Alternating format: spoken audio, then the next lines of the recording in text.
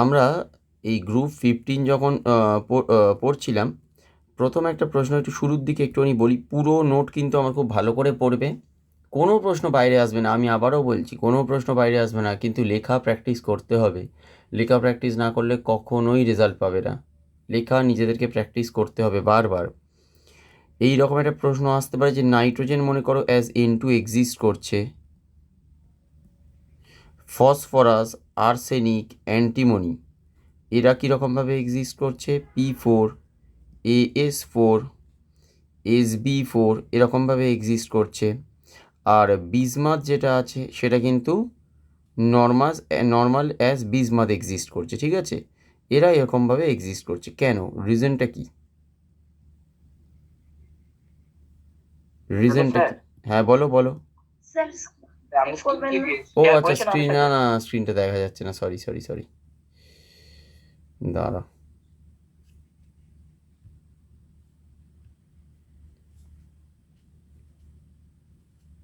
এক মিনিট, ঠিক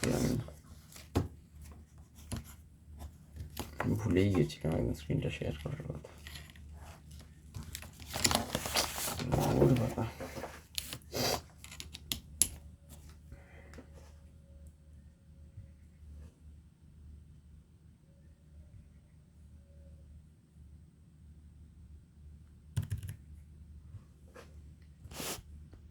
দাঁড়াও একটা মিনিটে, এটা আবার ইউএসবি ডিবাগিং না করলে হবে না।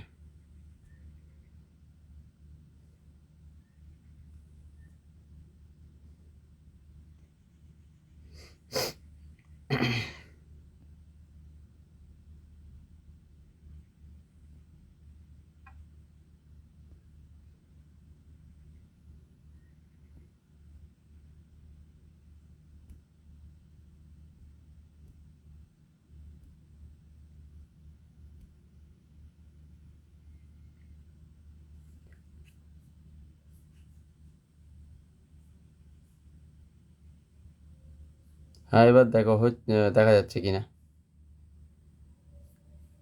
এখন দেখা যাচ্ছে। হ্যাঁ ঠিক আছে। আমি এই রিজনটা চাইছি যে মনে করো নাইট্রোজেনকে তো আমরা অ্যাজ N2 পাই, ফসফরাস, আর্সেনিক, অ্যান্টিমনি এরা কিন্তু অ্যাজ P4 আর AS4, SB4 এইভাবে এক্সিস্ট করে। কিন্তু বিসমাথকে আমরা নর্মাল বিসমাথ মেটাল মানে মনোঅ্যাটমিক হিসেবেই এরকমভাবে পাই। এর কারণটা কি? এর কারণটা পি ব্লক এলিমেন্টস একদম যখন আমরা শুরু করছিলাম তখনই বলেছিলাম, এটা সব গ্রুপের ক্ষেত্রেই প্রযোজ্য। এটা শুধুমাত্র যে গ্রুপ 15-এর ক্ষেত্রে প্রযোজ্য তা নয়, সব গ্রুপের ক্ষেত্রেই এরকম আমরা পাই। তার কারণটা বলো দেখি। First appearance of F electron. না, এফ ইলেকট্রন কেন হবে? এই ঠান্ডায় এসে জড়িয়ে জড়িয়ে সব ভুলে গেছো নাকি? নাইট্রোজেন হচ্ছে N2 মানে N ট্রিপল বন্ড N। তাহলে এটা কি হচ্ছে? এটা হচ্ছে সেকেন্ড পিরিয়ড এলিমেন্ট, দেখো। আর সেকেন্ড পিরিয়ড এলিমেন্ট যদি হয় তাহলে কি হচ্ছে? এটা স্মল সাইজ। আর স্মল সাইজ হলে কি হবে এখানে? এই টু পি পাই ওভারল্যাপ এটা কিন্তু এখানে পসিবল। টু পি পাই ওভারল্যাপটা এখানে পসিবল। আর যদি পসিবল হয় তাহলে দুটো এন মিলে actually N triple bond N এইটা কিন্তু ফর্ম হতে পারছে। বাট মনে করো ফসফরাস যদি আমি বলি, তাহলে এটা কি হচ্ছে? এটা হচ্ছে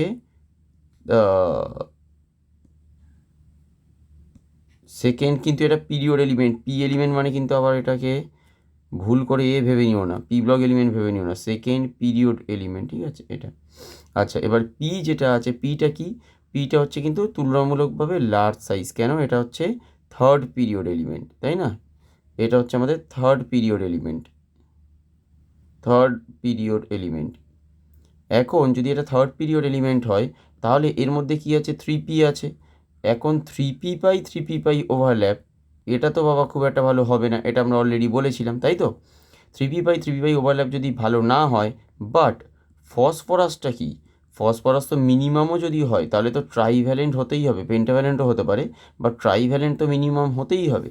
এই জন্যে এ কী করছে? এই স্ট্রাকচারটা করছে এই রকম P4।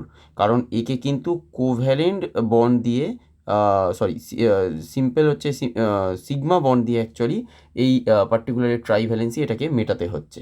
তাহলে এই জন্যে এদের স্ট্রাকচার হচ্ছে P4, same as AS4 and SB4, তিনটেই একই রকম হচ্ছে। বাট যদি এখন আমরা বিসমাথের দিকে যাই, যদি এখন আমি বিসমাথের কথা ভাবি, তাহলে কি হচ্ছে? এটা very large size. Very large size, এটা অনেক বড় সাইজটা। এই সাইজটা এতটাই বড় যে এই বিসমাথ ডবল বন্ড বা ট্রিপল বন্ড বিসমাথ এগুলো তো ফর্ম হবেই না, and bismuth single bond bismuth এটাও ফর্ম হবে না। মানে no parallel overlap and no এরকম সিগমা বন্ড কোনোটাই হবে না, কারণ ভেরি লার্জ সাইজ। এটা ভেরি লার্জ সাইজ হলে কী হচ্ছে, এই বন্ড ফর্মেশনটাও অনেক উইক। সো উইক বন্ড, এটা হচ্ছে উইক বন্ড হয়ে যাচ্ছে, তাই না প্যারালাল ওভারল্যাপ তো হবেই না, কারণ এই 5p5 মধ্যে প্যারালাল ওভারল্যাপ হয় না। তাছাড়া কী হচ্ছে, অনেক বড় সাইজের জন্য কী হয়ে যাচ্ছে, একটা উইক বন্ড তৈরি হবে। এই জন্যে নর্মাল বিসমাথ বন্ডও কিন্তু স্টেবল হবে না।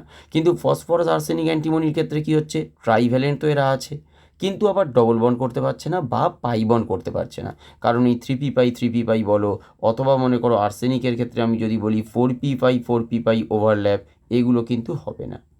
বা এটার ক্ষেত্রে যেরকম 5p5 ওভারল্যাপ, এগুলো কিন্তু আমাদের হবে না। কেন হবে না, কারণ এদের সাইজগুলো হচ্ছে লার্জ সাইজ হওয়ার কারণে। তাই এদের যে ট্রাইভ্যালেন্সি সেইটা মেটানোর জন্য কি হচ্ছে, এরা পরস্পরের সাথে নর্মাল যা সিগমা বন্ড করছে, সিগমা বন্ড করেই কোভ্যালেন্সিটা মেটাতে চাইছে। এবার তুমি আমায় বলতে পারো যে স্যার তাহলে P4 কেন, P5 P6 হতে পারতো, বা AS5 AS8 AS6 হতে পারতো, এই অ্যান্টিমনির ক্ষেত্রেও তাই হতে পারতো, 4 কেন হঠাৎ? 4 এই কারণেই হচ্ছে, কারণ ফসফরাসের মধ্যে দেখো একটা লোন পেয়ারও আছে, এখানে একটা করে লোন পেয়ারও আছে, তাহলে লোন পেয়ার রিপালশনও তো থাকবে। এবার দেখা যাচ্ছে যে এই 4টে ফসফরাস অবধি যখন ওরা হচ্ছে, এরকম একটা কেজ তৈরি করছে, তখন দেখা যাচ্ছে লোন পেয়ার রিপালশনটা ওর সাইজ অনুযায়ী দ্যাট ইজ দ্য অপটিমাম বা মিনিমাম বলতে পারো। সেরকমভাবেই আর্সেনিক বা অ্যান্টিমনির ক্ষেত্রেও যখন এই 4 মেম্বার রিং তৈরি হচ্ছে, তখন দেখা যাচ্ছে যে এই লোন পেয়ার যে রিপালশনের ব্যাপারটা আছে, সেটা মিনিমাম বা অপটিমাম। এই জন্যই 4 মেম্বারে এইরকম একটা রিং বা কেজ তৈরি করছে। 5 বা 6 হলে কী হচ্ছে, দেখা যাচ্ছে হয়তো বন্ডগুলো বেশি উইক হয়ে যাচ্ছে, লোন পেয়ার রিপালশন তখনও কম হবে, কিন্তু বন্ডটা উইক। তাই এক্ষেত্রে কী হচ্ছে, যদি 4 মেম্বার রিং করে বা 4 মেম্বার একটা কেজ তৈরি করে, তাহলে দেখা যাচ্ছে যে বন্ড স্ট্রেংথগুলো তুলনামূলকভাবে একটু বেশি থাকছে, এবং লোন পেয়ার রিপালশনটা অ্যাকচুয়ালি অপটিমাম জায়গায় আছে, অথবা বেয়ার মিনিমাম আছে, যেখানে এটা স্টেবল হতে পারছে। এবার যেরকম এইটা P4 হচ্ছে, ঠিক একই কারণেই অ্যাকচুয়ালি যদি আমরা অক্সিজেন দেখি, অক্সিজেন ডবল বন্ড অক্সিজেন করতে পারে, কিন্তু সালফারের ক্ষেত্রে দেখবে ওটা S8 করে। কেন S8 করছে, ঠিক একই কারণ সালফারের ক্ষেত্রে 3p5 ওভারল্যাপ আর ভালো হবে না। 3p5 ওভারল্যাপ যদি ভালো না হয়, তাহলে ও কী চাইবে, নর্মাল সিঙ্গেল বন্ড করে ওর ডাইভ্যালেন্সিটাকে মেটাতে। কিন্তু এইখানে যেরকম 4টেতে মিটিয়ে ফেলছে, সালফার কিন্তু 8টাতে গিয়ে মেটাচ্ছে, মানে S8 হচ্ছে। S8 হওয়ার কারণটা কী বলো তো, কারণ ফসফরাসের দেখো একটা লোন পেয়ার, নাইট্রোজেনের একটা লোন পেয়ার, আর্সেনিকের একটা লোন পেয়ার, কিন্তু যদি আমি গ্রুপ 16-এ যাই, দেখো 2টো করে লোন পেয়ার আছে, তাহলে তাদের লোন পেয়ার রিপালশনটা অনেক বেশি। এই জন্যে রিং সাইজটা দেখো অনেক বড় হতে হচ্ছে, যেরকম S8। O2 হতে পারে, কিন্তু S কি হয়ে যাচ্ছে, 8 হচ্ছে। দেখো বোঝাতে পেরেছি এইটা? আচ্ছা এই, হ্যাঁ হ্যাঁ বলো বুঝতে পারলাম না। একটু আমি বিশ মাত্রায় আঁকানো ড্রেস দেখবো একটু, হ্যাঁ নিশ্চয়ই। আচ্ছা, অ্যান্সারের জন্য কিন্তু প্রত্যেকটা কোশ্চেন অ্যান্সার আমার নোটে পাবে, আর যে কোশ্চেন অ্যান্সার নোটে নেই সেগুলো আমি লিখিয়ে দিয়েছি। বাকি প্রত্যেকটা কোশ্চেন অ্যান্সার আমার নোটে পাবে।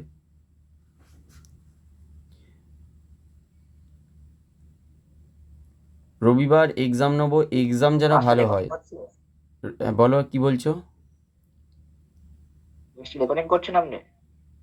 হ্যাঁ আমি রেকর্ডিং করছি, রেকর্ডিং থাকবে, ঠিক আছে। রেকর্ডিং অবশ্যই থাকবে। হ্যাঁ বলো। স্যার ডি ব্লকটাও কি রবিবার দেবেন? ডি ব্লক দিয়ে দিয়েছি তো অলরেডি। মানে ওটা নোটস দিয়েছেন, হ্যাঁ পরীক্ষাতে কি ওটা দেবেন? অবশ্যই থাকবে ডি ব্লক, আমি বলেও দিয়েছিলাম যে ডি ব্লক থাকবে। ঠিক আছে স্যার। 2 দিন সময় আছে, শুক্র শনি রবি 3 দিন সময় আছে, কারণ রবিবার আমি রাতে তোমাদের প্রশ্ন দেবো, সকালে দেবো না, রাতে দেবো প্রশ্নটা, যাতে তোমরা সময় পাও। এই জন্য 3টেই থাকবে, এবং আমি এটাও বলে দিচ্ছি, আমি ডিসেম্বরেই সিলেবাস কমপ্লিট করব, তাতে যত কষ্ট হয় হবে। এক্সট্রা ক্লাস দেবো, কিন্তু ডিসেম্বরেই কমপ্লিট হবে, আমি জানুয়ারি যাবই না। জানুয়ারি 15 দিন অ্যাটলিস্ট তোমরা সময় পাবে ভালোভাবে পড়ার জন্য, আমি ডিসেম্বরেই সিলেবাস কমপ্লিট করব। ঠিক আছে, পরের কোশ্চেন তাহলে দিচ্ছি। হ্যাঁ, পরের কোশ্চেনটা দেখবে, যদি আমি স্টেবল অক্সিডেশন স্টেটের ক্ষেত্রে বলি, এই ধরনেরই প্রশ্ন আসে। দেখবে নাইট্রোজেন দেয় +3, এই ফসফরাস, আর্সেনিক, অ্যান্টিমনি এরা দেখবে হয়ে যায় কিন্তু পেন্টাভ্যালেন্ট, এরা পেন্টাভ্যালেন্ট হয়। আবার দেখবে যখন আমরা বিসমাথ পড়ছি তখনও দেখবে আবার +3 চলে আসে, ট্রাইভ্যালেন্ট। নাইট্রোজেন +3 কেন দিচ্ছে? কারণ নো ভ্যাকেন্ট অরবাইটাল, এখানে কোনো ভ্যাকেন্ট অরবাইটালই নেই, তাই না? কারণ 2s2 2p3, এখানে 2p3টাই শুধুমাত্র দেখো বন্ড ফর্মেশনে পার্টিসিপেট করতে পারে, আর কিন্তু কোনো পার্টিসিপেট কেউ করতে পারবে না। কারণ 2s2তে যে দুটো লোন পেয়ার, একটা লোন পেয়ার অফ ইলেকট্রনস আছে, এরা কিন্তু ডিতে মানে এক্সাইট হতে পারছে না, কারণ এখানে ভ্যাকেন্ট কোনো অরবাইটাল নেই বা ভ্যাকেন্ট ডি অরবাইটাল নেই। কিন্তু ফসফরাস, আর্সেনিক, অ্যান্টিমনিতে কী আছে? এদের ভ্যাকেন্ট ডি অরবাইটাল আছে। আর এই ভ্যাকেন্ট ডি অরবাইটাল থাকার কারণে কী হচ্ছে, এরা এদের যে অক্সিডেশন স্টেট সেটাকে বাড়াতে পারছে বা এক্সটেন্ড করতে পারছে through involving the D orbital. তাহলে বিসমাথের বাবা প্রবলেম কেন হলো? বিসমাথের ক্ষেত্রে কী প্রবলেম হয়েছে দেখো, বিসমাথের যদি ইলেকট্রনিক কনফিগারেশন দেখো তাহলে আসবে আমার 6s2 6p3। এই 6s2 থাকার জন্য আমরা কী পাবো এখানে? Inert pair effect. তাই ইনার্ট পেয়ার এফেক্ট যদি দেখায় তাহলে এরা অ্যাকচুয়ালি কী দেখাবে? G-2 অক্সিডেশন স্টেট দেখাবে ইনার্ট পেয়ার এফেক্টের জন্য। এই জন্যে এর +T অক্সিডেশন স্টেটটা স্টেবল হয়ে যাচ্ছে, এর কিন্তু +5 হবে না। কেন? যেহেতু এদের 6s2 আছে, 6s2টা কিন্তু বন্ড ফর্মেশনে পার্টিসিপেট করতে পারবে না। এই 6s2 ইলেকট্রনসটা কী হচ্ছে? Stable due to relativistic effect. তার জন্য এরা কি দেখাবে? Inert pair effect. Inert pair effect দেখালে গ্রুপ -2 অক্সিডেশন স্টেট দেখাবে, তাহলে +T অক্সিডেশন স্টেটটা হয়ে যাবে এর স্টেবল অক্সিডেশন স্টেট। বোঝা গেছে এই অবধি?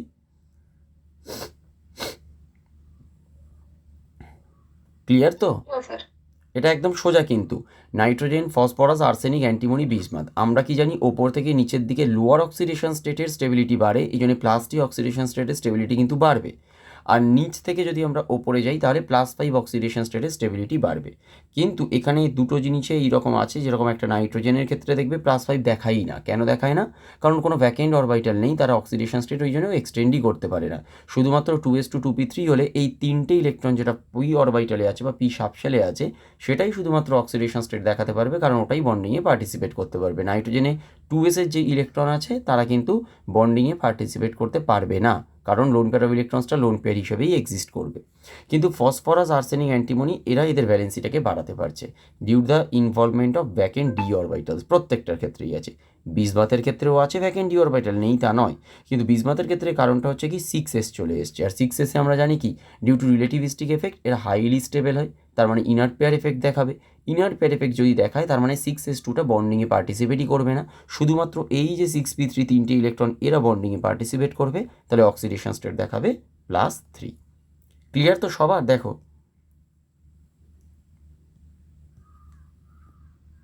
সবার ক্লিয়ার হয়েছে? ঠিক আছে। আচ্ছা, আমি কিন্তু ওই 15, 16, 17 তিনটেরই কিন্তু নোট দিয়ে দিয়েছি, তোমরা কি লক্ষ্য করেছো?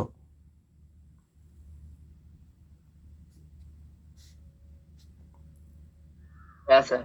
আচ্ছা, তোমাদের ওখানে এমনি প্রিন্টিংয়ের খরচা কত নেয়? জেরক্সের মতোই নেয় তো সব? হ্যাঁ স্যার, ওই 2 টাকা 1.5 টাকা। তাহলে একটা কাজ করবে, যে যার যদি কোথাও কারোর কাছে প্রিন্টিংয়ের খরচা বেশি হয় তাহলে তারটা অন্য কেউ করে নিও, কারণ তোমরা তো ওই তাপস স্যারের কাছেও পড়ো, তোমরা তো পেয়ে যাবে আশা করি। তাই এরকম কেউ ওই 5 টাকা করে যে প্রিন্ট আছে এরকম যেন করতে যেও না। এখন ম্যাক্সিমাম জায়গাতেই প্রিন্টিং ওই রকম 1.5 টাকা হয়ে গেছে। প্রিন্টটা সবাই করে নাও, কারণ আমি তোমাদের স্টাডি মেটেরিয়াল দিতে দিতে অনেক দেরি হয়ে যাবে, দরকারই নেই। প্রিন্ট করে নাও সবাই, ঠিক আছে? ওই জন্যই আমি তোমাদের প্রিন্টেড ভার্সান, মানে যাতে ডাউনলোড করে প্রিন্ট করতে পারো সেই ভার্সানটাই দিয়ে দিয়েছি, কারণ নোট তো পুরো কমপ্লিট হয়ে গেছে সেই জন্য। আচ্ছা দেখো, PCl3 and NCl3, PCl3 and NCl3 undergo hydrolysis. First ইয়ারের প্রশ্ন এটা। To give different products explain. এটা ফার্স্ট ইয়ারে অথবা ফার্স্ট আর সেকেন্ড সেমিস্টারের মধ্যে একবার আমি তোমাদের বলেছিলাম যখন পিরিয়ডিসিটি পড়িয়েছি, যে PCl3 আর NCl3 দুটোই কিন্তু হাইড্রোলিসিসে পার্টিসিপেট করতে পারে, কিন্তু দুটো ডিফারেন্ট প্রোডাক্ট দেবে H2ওর সাথে যদি রিয়াকশান করে। কেন? কারণটা বোঝাবো আগে।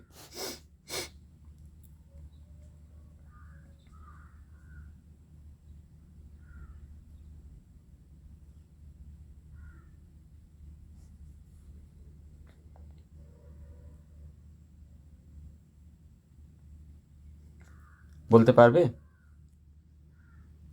নাইট্রোজেনের 3 ইলেকট্রন নেই, ওই জন্য।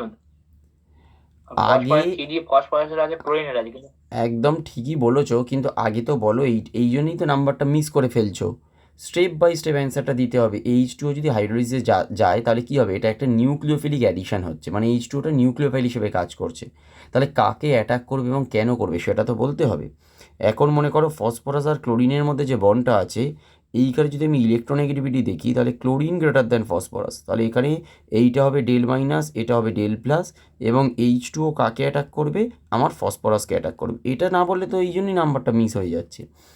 এবার নাইট্রোজেন আর ক্লোরিনের মধ্যে আমি যদি দেখি তাহলে ইলেকট্রোনেগেটিভিটি অফ নাইট্রোজেন হচ্ছে গ্রেটার দ্যান ক্লোরিন, তাহলে এখানে নাইট্রোজেনটা হচ্ছে ডেল্টা মাইনাস, ক্লোরিনটা ডেল্টা প্লাস, তাহলে H2O যদি এখানে অ্যাটাক করে তাহলে কিন্তু সে অ্যাটাক করবে ক্লোরিনকে।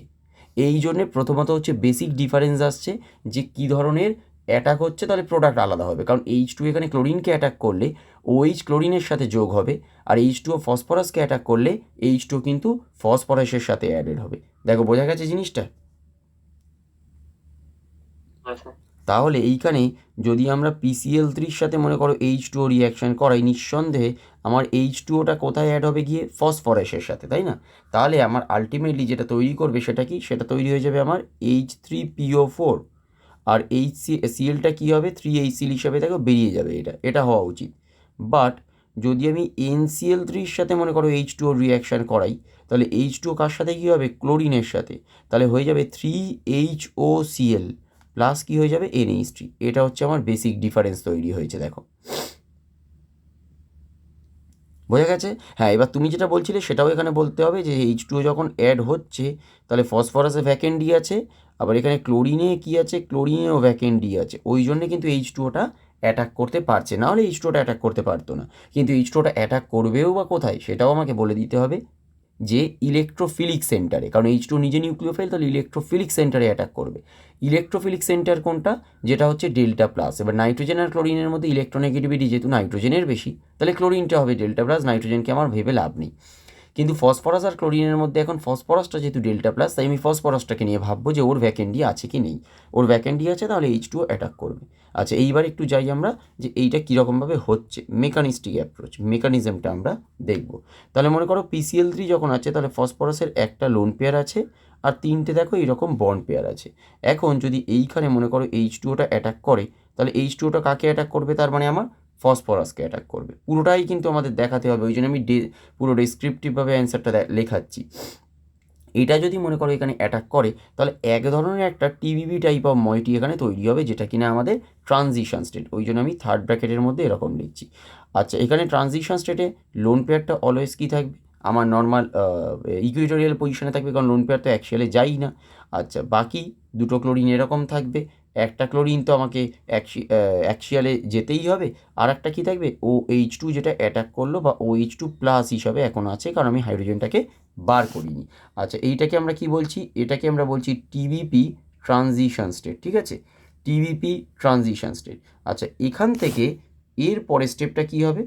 এর পরের স্টেপটা হচ্ছে HCl এখান থেকে বেরিয়ে যাবে, একটা H বেরোবে, যে মানে H2Oর যে প্লাস হয়ে যাচ্ছে ওখান থেকে একটা হাইড্রোজেন বেরোবে, ওখান থেকে হাইড্রোজেন যখন বেরোচ্ছে, যেহেতু নিউক্লিওফিলিক অ্যাটাক করেছে, তাহলে একটা তো লিভিং গ্রুপও থাকবে, তাহলে ওখান থেকে আমার ক্লোরিনটাও বেরিয়ে যাবে, তাহলে আমার HCl বেরিয়ে গেল।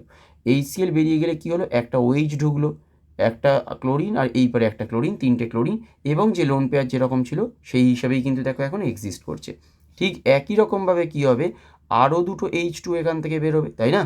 এখান থেকে আরও দুটো H2 যদি রিয়াকশান করে, তাহলে কী হবে? দুটো H2 ঢুকবে এবং দুটো Cl মাইনাস বেরিয়ে যাবে, তাহলে এখান থেকে আলটিমেটলি কী তৈরি হবে? আমার হবে ডবল বন্ড, এবং তিনটে দেখো OH তৈরি হয়ে যাবে, তাহলে H3PO3 তৈরি হয়ে যাবে। এই H3PO3 তৈরি হওয়ার পর অ্যাকচুয়ালি কী হয়? আমরা বলেছিলাম যে P double bond O bond এটা তুলনামূলকভাবে একটু স্ট্রং হয়। এটা তুলনামূলকভাবে স্ট্রং কেন হচ্ছে? কারণ ফসফরাসের 3D পাইয়ের সাথে অক্সিজেনের 2p পাইয়ের একটা ওভারল্যাপ হয়, তাই লোন পেয়ারটা গিয়ে অ্যাকচুয়ালি কাকে নেবে? এই হাইড্রোজেনটাকে নিয়ে নেবে, এবং হাইড্রোজেন অক্সিজেন যে বন্ডটা আছে, এখানে হাইড্রোজেন অক্সিজেন যে বন্ডটা আছে সেটা ব্রেক করে যাবে, ব্রেক করে গিয়ে এরকম ডবল বন্ড তৈরি করছে। তাহলে আলটিমেটলি ফাইনাল প্রোডাক্টটা আমার কী দিচ্ছে? ফাইনাল প্রোডাক্টটা দেবে ফসফরাসের সাথে H, এটা ডবল বন্ড O হয়ে যাবে, এটা OH, এটা হচ্ছে OH। আচ্ছা, এটা হচ্ছে কেন? কারণ ফসফরাসের 3D পাই, এটা কিন্তু 3P নয়, কারণ আমি বলেছিলাম 3Pর সাথে ভালো ওভারল্যাপ হবে না। ফসফরাসের 3D পাইয়ের সাথে অক্সিজেনের 2P পাইয়ের একটা বেটার ওভারল্যাপ হয়েছে, এটা বেটার ওভারল্যাপ। এই কারণেই অ্যাকচুয়ালি কী হয়েছে, H3PO3 তৈরি হয়েছিল, কিন্তু H3PO3 তৈরি হওয়ার পর ওটা কিন্তু দেখো H3PO3 হিসেবেই আছে, মানে আলটিমেটলি আছে এটা H3PO3 হিসেবে। আমি H3PO4টা ভুল লিখেছি, এখানে H3PO3 হবে এটা, সরি, এটা হয়ে যাবে H3PO3। হ্যাঁ, এটা একটু ঠিক করে নিও, এটা H3PO3 হবে, আমি ভুল করে H3PO4 করেছি। আছে কিন্তু H3PO3 হিসাবে, কিন্তু H3PO3 মানে কিন্তু ফসফরাসের সাথে যে 3টে OH বন্ড আছে তা কিন্তু নয়, একটা P ডবল বন্ড O হবে, due to this phosphorus 3D pi oxygen 2P pi এর বেটার ওভারল্যাপ। এটা আমাদের একটা মেকানিস্টিক অ্যাপ্রোচ হয়ে গেল। এবার সেকেন্ড মেকানিস্টিক অ্যাপ্রোচ দেখো, যখন আমরা NCl3 কথা ভাবছি, তাহলে NCl3 ক্ষেত্রে কী হবে, এখন নাইট্রোজেনটা মোর ইলেকট্রোনেগেটিভ দেন ক্লোরিন, তাহলে ক্লোরিনটা যদি হয় তাহলে এটা হচ্ছে ডেল্টা প্লাস আর নাইট্রোজেনটা হচ্ছে ডেল্টা মাইনাস। ওয়্যারেস এটার ক্ষেত্রে কিন্তু ডিফারেন্ট ছিল, এটার ক্ষেত্রে কিন্তু ক্লোরিনটা ছিল ডেল্টা মাইনাস, ফসফরাসটা ছিল ডেল্টা প্লাস। তাহলে এখন ক্লোরিনের মধ্যে যেহেতু আমার ভ্যাকেন্ট 3D আছে, এটার মধ্যে যেহেতু আমার ভ্যাকেন্ট 3D আছে, তাহলে আমার H2O যদি অ্যাটাক করে, কাকে অ্যাটাক করবে এখন? ক্লোরিনকে অ্যাটাক করবে। তাহলে আমার H2ওটা গিয়ে আমার অ্যাটাক করবে ক্লোরিনকে, এবং এই বন্ডটা খুলে যাবে, এবং এই বন্ডটা যদি খুলে যায় তাহলে আলটিমেটলি তৈরিটা কী হবে দেখো, নাইট্রোজেনের লোন পেয়ার রইল, এই বন্ডটা যদি খুলে যায় তার মানে সেদিকে এলো হাইড্রোজেন, ক্লোরিন, ক্লোরিন এরকম আসবে, আর একটা HOCl তৈরি হলো দেখো, OHটা তো আমার ক্লোরিনের সাথে লাগবে, তাই HOCl তৈরি হবে। ঠিক একই রকমভাবে যদি আরও দুখানা H2O এরকমভাবে অ্যাটাক করে, তাহলে দুখানা ক্লোরিনকে বার করে দেবে, এবং আলটিমেটলি ফাইনাল প্রোডাক্টটা কী আসছে, নাইট্রোজেনের সাথে আমার 3খানা, তার মানে হাইড্রোজেনের বন্ড চলে এলো, আর আরও দুটো HOCl তৈরি হলো।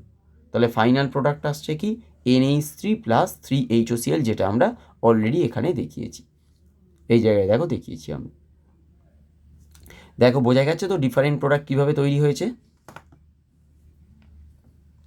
যদি কারো বুঝতে অসুবিধা হয় বলো, আমি বলে দেবো। এই সবার ক্লিয়ার হয়েছে তো এটা? পরীক্ষায় কি হ্যাঁ স্যার। পরীক্ষায় কি মেকানিক্যাল অ্যাপ্রোচটা করেই দেখিয়ে দিতে হবে? হ্যাঁ হ্যাঁ, আমি যেটুকু ওই জন্যই তো করিয়ে দিচ্ছি পুরো, না হলে কেন করাতাম? মেকানিক্যাল অ্যাপ্রোচ যদি না লাগে আমি কেন করাবো? হয়েছে, এই অবধি লেখা হয়ে গেছে সবার? হ্যাঁ স্যার, হয়ে গেছে। ঠিক আছে, চলো তাহলে অ্যান্সারটা একটুখানি ছোট্ট করে লিখবো, কারণ আমরা ম্যাক্সিমামটা দেখিয়ে দিয়েছি, এখানে ওরকমভাবে আর বিশাল বড় কিছু অ্যান্সার লেখার নেই, ছোট্ট করে জাস্ট লিখে দেবো। আচ্ছা, লিখবে it is due to the vacant d orbital over phosphorus in PCl3 that the nucleophilic attack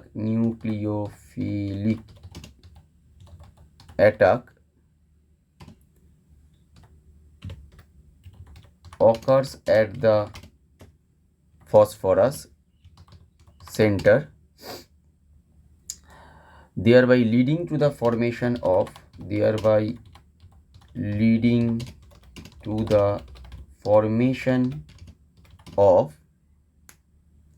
a TBP transition state,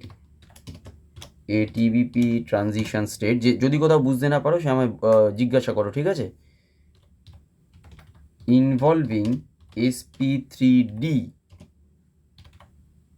hybridization of phosphorus, full stop দিয়ে লিখবে the reaction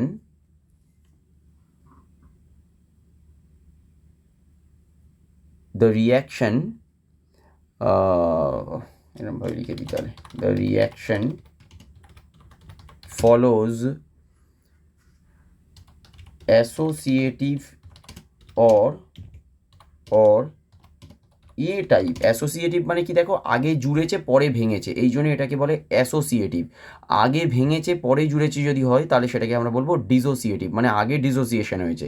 আর এটা কি হয়েছে, অ্যাসোসিয়েটিভ পাথ হয়ে, মানে আগে দেখবে অ্যাসোসিয়েশন মানে আগে জুড়ে গেছে তারপরে গিয়ে ভেঙেছে, ওই জন্য এটাকে লিখেছি আমরা associative or a type mechanism শোন অ্যাবাভ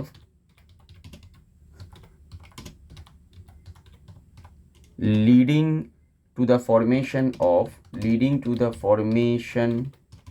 of H3PO3, এগুলো কিন্তু সব সাবস্ক্রিপ্টে যাবে, কারণ এখানে আমি লিখতে পারছি না, ওই জন্য H3PO3 লিখে দিলাম। প্লাস হচ্ছে আমার যেটা আসবে H3PO3 প্লাস 3HCl, এটা হচ্ছে একটার ক্ষেত্রে হলো। আর ইন কেস অফ NCl3, যখন আমরা NCl3-র কথা ভাবছি তখন কি হচ্ছে, নাইট্রোজেনের ক্ষেত্রে তো ভ্যাকেন্ট ডি নেই এবং এটা ইলেকট্রন ডেফিসিয়েন্টও নয় বা ইলেকট্রো পজিটিভও নয়, তাহলে আমরা কি লিখবো, নাইট্রোজেন ল্যাক্স এনার্জেটিক্যালি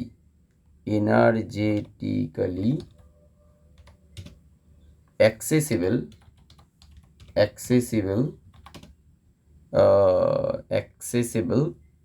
একটা ইয়েস হবে, এটা দুটো হয়ে গেছে, accessible 3D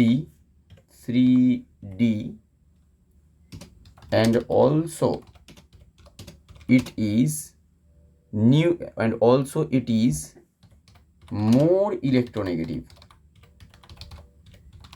than chlorine center, তাই তো দেখো, more electronegative than chlorine center, full stop দিয়ে আমরা লিখবো thus the nucleophilic attack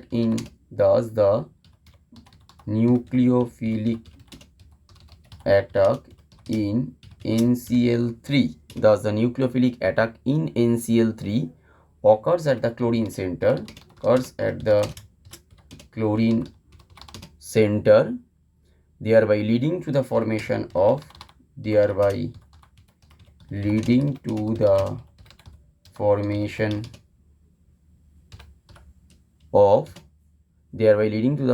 of NH3 plus 3HOCl as shown above. দেখো বুঝতে পেরেছো কিনা? অ্যান্সার একদম সোজা, আমাদের ভাষায় লিখেছি, অ্যান্সারটা একদম সোজা, আমরা নর্মাল আমাদের ভাষায় লিখেছি, অত বইয়ের ভাষার কোনো প্রয়োজনই নেই। বোঝা গেছে?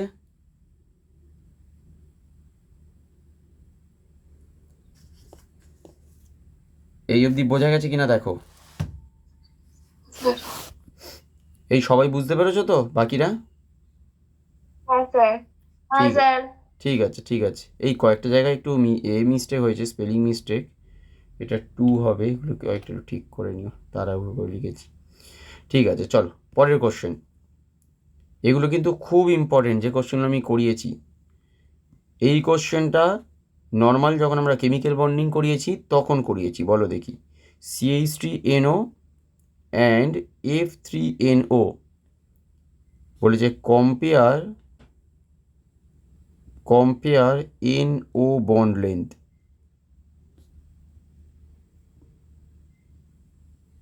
এটা বলো দেখি, compare nitrogen oxygen bond length. এটা অলরেডি আমি তোমাদের করিয়েছি যখন আমরা এর কেমিক্যাল বন্ডিং পড়িয়েছিলাম, সেই জায়গায় করিয়েছি,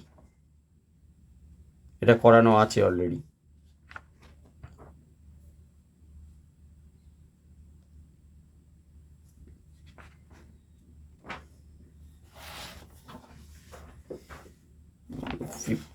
এখান থেকে তো আমি সব করিয়ে দিয়েছিলাম, গ্রুপ 15-এর কোশ্চেন, হ্যাঁ সব করিয়ে দিয়েছি, এখান থেকে বাকি নেই।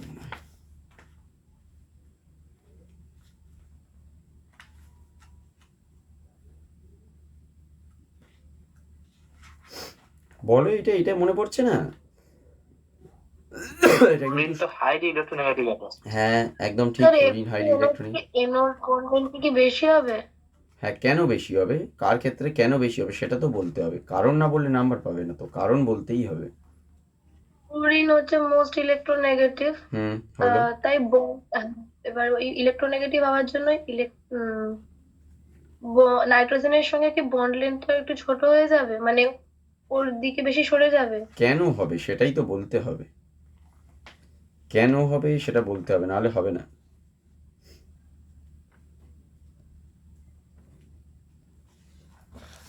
কেন হবে সেটাই তো বলতে হবে। আচ্ছা, এইখানে কি হয়, এইখানে সাধারণত কি হবে, CH3 3NO দেখো এটা দেখতে কীরকম আগে দেখো, এটা অলরেডি আমি করিয়েছিলাম, জানি এখন হয়তো তোমাদের মনে পড়ছে না। এটা দেখতে হয় এরকম 3টে মিথাইল ভার্সেস এটা কীরকম দেখতে হবে 3টে ফ্লুরিন। এটা স্পেশাল অ্যান্সার ছিল একটা। এইখানে কি ছিল ফ্লুরিন, এটা N প্লাস ও মাইনাস। এখানে আমরা কি বলেছিলাম যে এটা হচ্ছে আমাদের মোস্ট ইলেকট্রোনেগেটিভ এলিমেন্ট, তাই না? ফ্লুরিনটাকে আমরা কি জানি, এটা হচ্ছে মোস্ট ইলেকট্রোনেগেটিভ এলিমেন্ট। আর যদি মোস্ট ইলেকট্রোনেগেটিভ এলিমেন্ট হয় আমরা বলেছিলাম এখানে একটা নো বন্ড রেজোনেন্স হবে। কেন? কারণ এটা সিগমা বন্ড ব্রেক হচ্ছে। এটাকে আমরা কি বলি, এটাকে আমরা বলি no bond resonance, no bond resonance. আর এই নো বন্ড রেজোনেন্স হওয়ার কারণে কি হয়েছে, নাইট্রোজেন অক্সিজেন যে বন্ডটা আছে সেটা কি হয়েছে, পার্শিয়াল ডবল বন্ড ক্যারেক্টার পেয়েছে। দেখো নো বন্ড রেজোনেন্স হওয়ার কারণে কি হয়ে গেছে, এটা কি হয়ে গেল, পার্শিয়াল ডবল বন্ড ক্যারেক্টার পেল, পার্শিয়াল ডবল বন্ড ক্যারেক্টার পেল। আর পার্শিয়াল ডবল বন্ড যদি ক্যারেক্টার পায় তাহলে নাইট্রোজেন অক্সিজেন যে বন্ড লেন্থটা সেটা কি হয়ে গেল, কমে গেল, অথবা নাইট্রোজেন অক্সিজেন বন্ড অর্ডারটা বা স্ট্রেংথটা বাড়লো। দেখো বোঝা গেছে জিনিসটা, একদম এই জিনিসটাই করেইছিলাম, মনে পড়ছে কিনা দেখো। এটাকে আমরা বলি নো বন্ড রেজোনেন্স। কেন নো বন্ড রেজোনেন্স? কারণ সিগমা বন্ড কখনো রেজোনেটিং স্ট্রাকচারে ভাঙে না, এই জন্য এটা typically different kind of resonance, এটার নামই আমরা বলি নো বন্ড রেজোনেন্স। ওই জন্যে এটা শুধুমাত্র ফ্লুরিনের ক্ষেত্রেই হয়, কারণ ফ্লুরিনটা হচ্ছে মোস্ট ইলেকট্রোনেগেটিভ এলিমেন্ট। এই জন্য এক্ষেত্রে নো বন্ড রেজোনেন্স দেখালে এই অ্যাকচুয়ালি নাইট্রোজেন অক্সিজেনের বন্ড লেন্থটা অনেক কমে যাবে। বোঝা গেছে? হ্যাঁ স্যার। আচ্ছা, এই ছাড়া আর একটা জিনিস অ্যাকচুয়ালি আমরা এখানে বলতে পারি, সেটা হচ্ছে বেনস রুল। এখানে বেনস রুলও আমাকে বলতে হবে। তাহলে এটা হচ্ছে আমাদের কি, এটা স্টেপ 1। স্টেপ 1 হচ্ছে আমাদের বলতে হবে নো বন্ড রেজোনেন্স দিয়ে। আর স্টেপ 2 কি, স্টেপ 2 হচ্ছে আমাদের বলতে হবে বেনস রুল দিয়ে। কি বলবো, যে CH3 গ্রুপের যে ইলেকট্রোনেগেটিভিটি, CH3 গ্রুপের ইলেকট্রোনেগেটিভিটি এটা কি হবে, লেস দ্যান ফ্লুরিন, এটা তো আমরা জানি। তাহলে আমরা কি বলবো, যে hybrid orbital of nitrogen directed towards CH3 group will have more S character in CH3(3NO) than hybrid orbital S character towards CH3 group will have more S character than towards fluorine in F3NO। দেখো বুঝতে পেরেছো? তাহলে আমরা কি লিখবো, Das the hybrid orbital of nitrogen directed towards oxygen in F3NO will have more S character,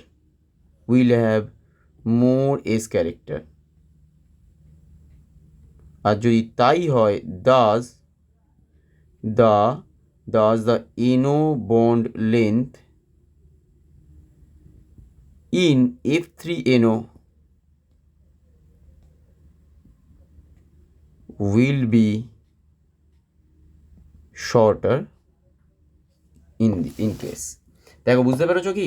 কারণ Benz রুলটা কী ছিল, যে hybrid orbitals directed towards more electronegative atom will have less S character. তাহলে আমরা কি বলেছি, CH3 গ্রুপের ইলেকট্রোনেগেটিভিটি দেখো ফ্লুরিনের থেকে কম আছে।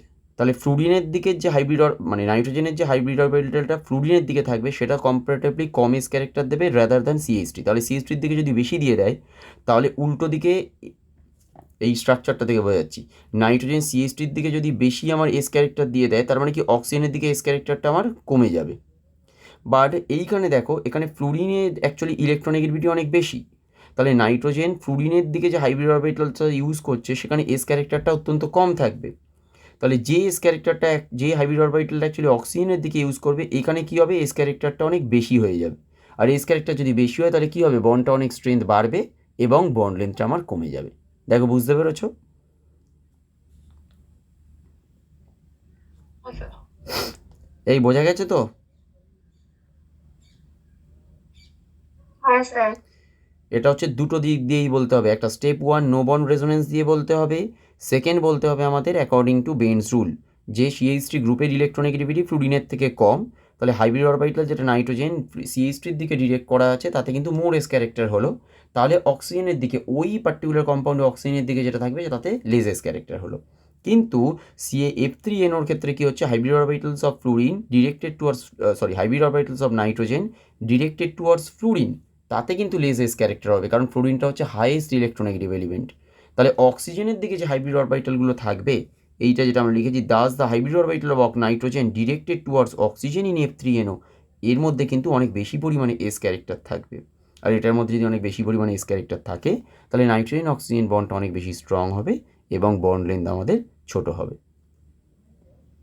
ক্লিয়ার হয়েছে? হ্যাঁ স্যার। ঠিক আছে, চলো। আচ্ছা, এইবার একটু দেখি আমরা কোশ্চেন অ্যান্সার আর কিছু কিছু প্র্যাকটিস করব।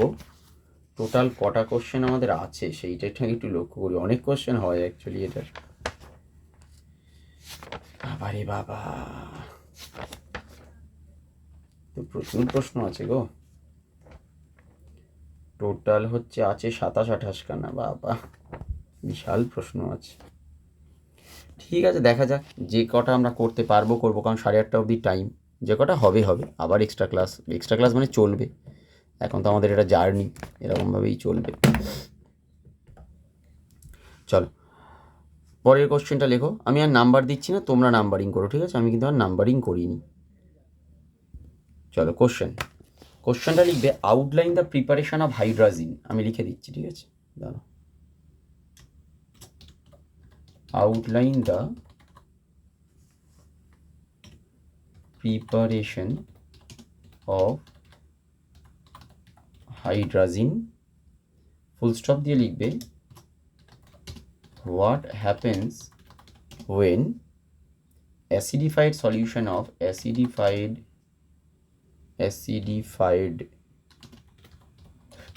solution of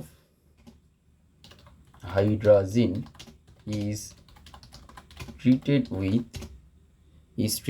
KiO3. আচ্ছা, এইটা ওই যে এক্সট্রা নোট দিয়েছিলাম, ওর মধ্যে কি আছে একবার দেখোছো? একটুখানি দাঁড়াও তো। যদি আমি ওই কারণ এগুলো শুধুমাত্র ওই তোমার এর প্রশ্ন, মানে হোয়াট উইল হ্যাপেন। 1 মিনিট দাঁড়াও, আমি একবার ওটা দেখে নিই যে এক্সট্রা কোশ্চেনের মধ্যে তোমায় দিয়েছি কিনা। যদি দিয়ে থাকি, তাহলে এটা লেখানোর কোনো প্রয়োজন হবে না। তোমাদের গ্রুপে তো আমি আগের দিন শেয়ার করলাম। 1 মিনিট দাঁড়াও, এক্সট্রাটা কোথায় গেল? এই যে ইম্পর্টেন্ট কোশ্চেনের অ্যান্সার, এইটা দেখি।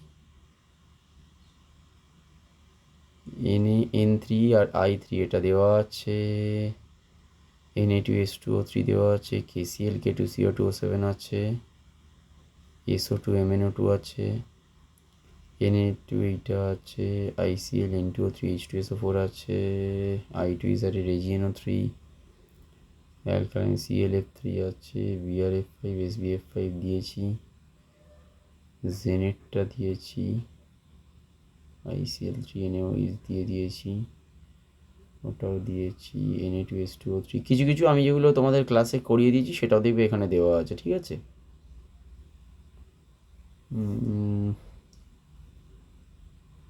ওটা দিয়েছি, starting from borax, starting from BCl3 answer দেওয়া আছে, এটা দেওয়া আছে, কমপ্লিট দ্য ফলোইং রিঅ্যাকশন দেওয়া আছে, সোডিয়াম বিসমাথেট। দাঁড়াও দেখে নিচ্ছি, হাইড্রাজিন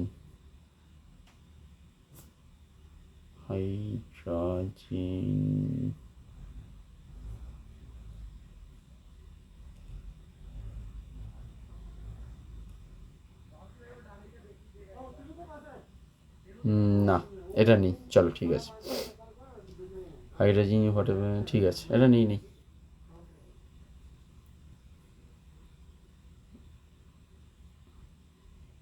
হাউ সোডিয়াম বিসমুথ রেসিপি, ঠিক আছে, এটা নেই, অসুবিধা নেই, চলো। যেটা আমি ওখানে নোটটা দিয়েছি ওই নোটে এটা নেই, ঠিক আছে। এইটা কিন্তু পড়েছে 2বার বা 3বার এই জিনিসটা পড়েছে, ঠিক আছে। আচ্ছা এইগুলো দেখো, এইগুলোতে তো সত্যি কথা বলতে এইগুলোয় কিচ্ছু মানে করার নেই, কনসেপচুয়াল কিছু নেই, শুধুমাত্র রিয়াকশান যেগুলো আছে ওগুলো আমাদের একটু মনে রাখতে হবে। একদিক থেকে ভালো যে কিছু না বুঝে বা মুখস্থ যদি করে পুরো নামিয়ে দিতে পারো, পুরো 2 পেয়ে যাবে। কিন্তু আরেকদিক থেকে খারাপ, কারণ এটা কনসেপচুয়াল নয়, আমরা কিন্তু কনসেপ্টের আধারে যে এটাকে লিখতে পারবো সেটা কিন্তু হবে না। আচ্ছা লিখবে freshly prepared sodium hypochlorite solution is added to 20% ammonia solution,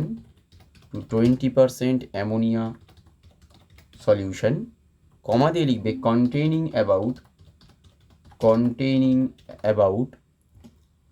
1% gelatin, full stop দিয়ে লিখবে the solution is boiled for half an hour, half an hour, প্রায় 30 মিনিট ধরে আমরা বয়েল করছি। বয়েল করার পরে সেটাকে কি করা হবে, কুল ডাউন করা হবে, COOLED, cooled and acidified with dilute H2SO4, full stop দিয়ে লিখবে হাইড্রোজোনিয়াম sulphate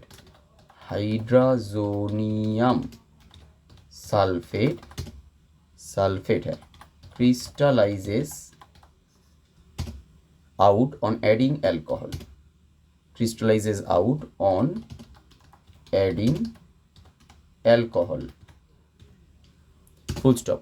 These may be distilled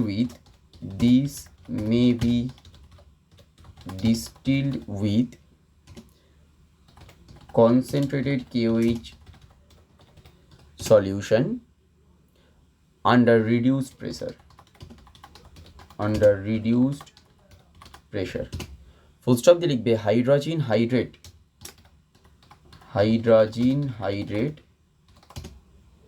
distills out, full stop দিয়ে লেখো this may be distilled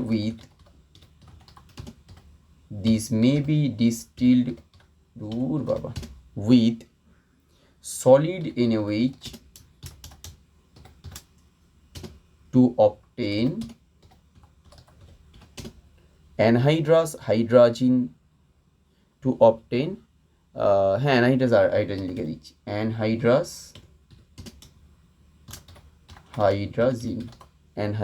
hydrogen ব্র্যাকেটে লিখে রাখবে at 150 ডিগ্রি সেন্টিগ্রেড টেম্পারেচার, এবারে রিয়াকশনটা আমি লিখে দেবো। আচ্ছা এটা যেরকম outline the preparation of hydrogen বলেছে, এটা কিন্তু এরকমও প্রশ্নটা আসতে পারে যে হোয়াট উইল হ্যাপেন দিয়ে, মানে মনে করো ওই অ্যামোনিয়া ডাইলিউট H2SO4 দিয়ে ইউজ করলাম, তাহলে কী তৈরি হবে এটা।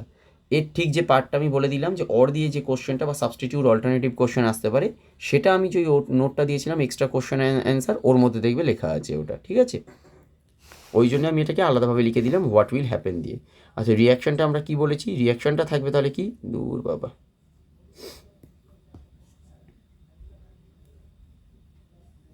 দেখো রিয়াকশানটা হবে তাহলে কি, প্রথমে আমরা দেখবে অ্যামোনিয়া বলেছিলাম, তার মধ্যে আমরা কি ইউজ করেছিলাম, NaOCl, তাহলে এখান থেকে যেটা আমার তৈরি হবে সেটা হচ্ছে NH2Cl প্লাস হয়ে যাবে আমাদের NaOH, এটা তৈরি হলো।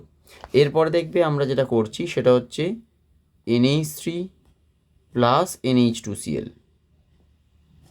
সেখান থেকে তাহলে আমাদের চলে আসবে হাইড্রোজেন, মানে NH2 প্লাস HCl তৈরি হচ্ছে। তাহলে কমপ্লিট রিয়াকশান দুটোকে জাস্ট তোমরা সামেশান করে দেবে, তাহলেই পেয়ে যাবে 2 moles অফ NH3 যদি আমরা রিয়াকশান করাই NaOCl এর সাথে, মানে সোডিয়াম হাইপোক্লোরাইডের সাথে রিয়াকশান হয়েছে, তাহলে আমরা তৈরি করে ফেলবে কি হাইড্রোজেন আর ডান দিকে কি থাকবে, NaOH পড়ে আছে আর দেখো HCl পড়ে আছে, দুটোই আছে, অ্যাসিড আর বেস দুটোই পড়ে আছে। এটা হচ্ছে আমার ফাইনাল রিয়াকশান। ঠিক আছে, এটা আমাদের ফার্স্ট পার্ট হয়ে গেল। এই অবধি দেখো সবাই বুঝতে পেরেছো? হ্যাঁ স্যার। ঠিক আছে, চলো এবার হচ্ছে সেকেন্ড পার্টের অ্যান্সারটা। দূর বাবা, কোথায় লিখলাম এটা। এবার হচ্ছে আমাদের সেকেন্ড পার্টের অ্যান্সারটা বলছি। সেকেন্ড পার্ট মানে দেখো এখানে আর একটা পার্ট দিয়েছি না, একটা কোশ্চেনে দুটো পার্ট আছে। What happens when acidified solution of hydrogen is treated with KiO3। এটা অলরেডি নোটে আছে, বাট যেহেতু এটা লেখাচ্ছি ওই জন্য একেবারে লিখে দিই, ছোট্ট একটুখানি আছে ওই জন্যে। লিখবে in the reaction the IO3 minus. আচ্ছা, IO3 মাইনাসটা লেখাটা এখানে দিলে আবার বুঝতে পারবে কিনা জানি না, আমি লিখে দিই না। In the reaction the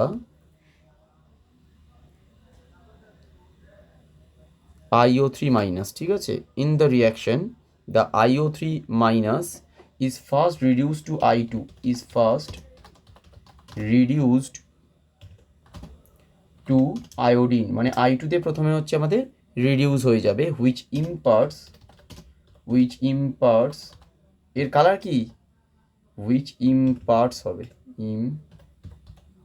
ইম্পার্টস violet colour, তাই তো, কারণ আমার আয়োডিনের কালারই হচ্ছে আমাদের violet, which imparts violet colour to little CCl4 added, to little CCl4 added to the mixture। Full stop দিয়ে লিখবে the end point is detected by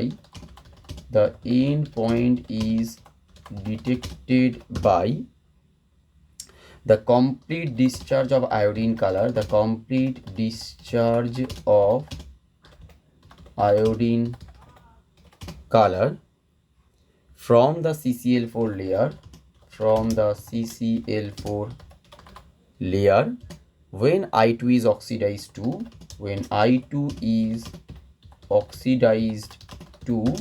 IOCL, যদি ICL কেন হবে, এটা হবে ICL। আচ্ছা, রিয়াকশানটা দেখো, রিয়াকশানটা দেখলে আরও বেশি বুঝতে পারবে। নর্মালি রিয়াকশানটা কি বলেছে, হাইড্রোজেনকে আমরা কি দিয়ে এই কার সাথে রিয়াকশান করিয়েছি, পটাশিয়াম আয়োডেটের সাথে KiO3 in presence of HCl, তাহলে 2HCl আসবে এখানে। এখান থেকে কি হচ্ছে, হাইড্রোজেনটা থেকে আমরা তৈরি হবে N2 প্লাস KCl প্লাস হচ্ছে আমাদের ICl প্লাস হচ্ছে আমাদের H2O। এবার রিয়াকশানটা আমরা কি বলছি, আমরা বুঝবো কী করে, বুঝবো হচ্ছে এরকমভাবে, KiO3 থেকে ডিরেক্টলি কিন্তু এইখানে IClটা তৈরি হচ্ছে না। KiO3 থেকে প্রথমে কী হচ্ছে, এটা কিন্তু প্রথম রিডিউস হবে আয়োডিনে। এবার আয়োডিন যখন তৈরি হবে তখন কী হবে দেখো, পুরো সলিউশনটা অ্যাকচুয়ালি একটা ভায়োলেট মিক্সচারে কনভার্ট হয়ে যাবে। এবার আমি বুঝবো কী করে রিয়াকশানটা কমপ্লিট হয়েছে, কারণ এক সময় গিয়ে এই CCl4 লেয়ারের মধ্যে ভায়োলেট কালারটা আর থাকবে না, তখন বুঝতে পারবো তার মানে আর I2 নেই, ওটা ICl এ কনভার্ট হয়েছে, মানে ICl এ কনভার্ট হয়েছে মানে পুরো রিয়াকশানটা আমার কমপ্লিট হয়ে গেছে। কারণ প্রিলিমিনারি কী হবে, প্রথমে IO3 মাইনাসটা রিডিউস হবে I2-তে, তাহলে তখন আমরা ভায়োলেট কালারটা পাবো, তার মানে রিয়াকশানটা তখন চলছে, কমপ্লিট হয়নি। কারণ I2-তে যখন কনভার্ট হচ্ছে ওখানে রিয়াকশানটা কিন্তু কমপ্লিট নয়, কমপ্লিট হলে ICl তৈরি হবে, কারণ এক্সট্রা Cl মাইনাস ওই জন্য আমরা অ্যাড করেছি, এই যে HCl আছে এখানে। তাহলে যখনই ওই ভায়োলেট কালারটা মনে করো আস্তে আস্তে ডিসচার্জ হয়ে যাচ্ছে, হালকা হালকা হতে হতে একসময় গিয়ে শেষ, তার মানে আমরা বুঝতে পারবো আর মিডিয়ামে I2 নেই, তার মানে পুরোটাই এখানে রিয়াকশান করে গেছে। এখান থেকে আমরা বুঝতে পারবো রিয়াকশানটা কমপ্লিট হয়েছে। দেখো, বুঝতে পেরেছো?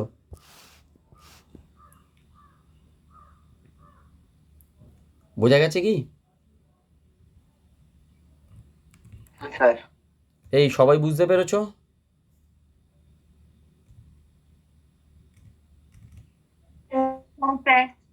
ঠিক আছে।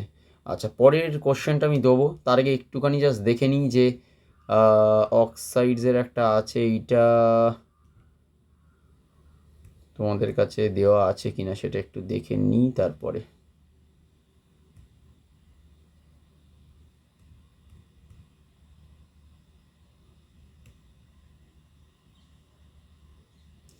Comment on the reducing power of group 15 metal হাইড্রাইডসটা আছে, ঠিক আছে।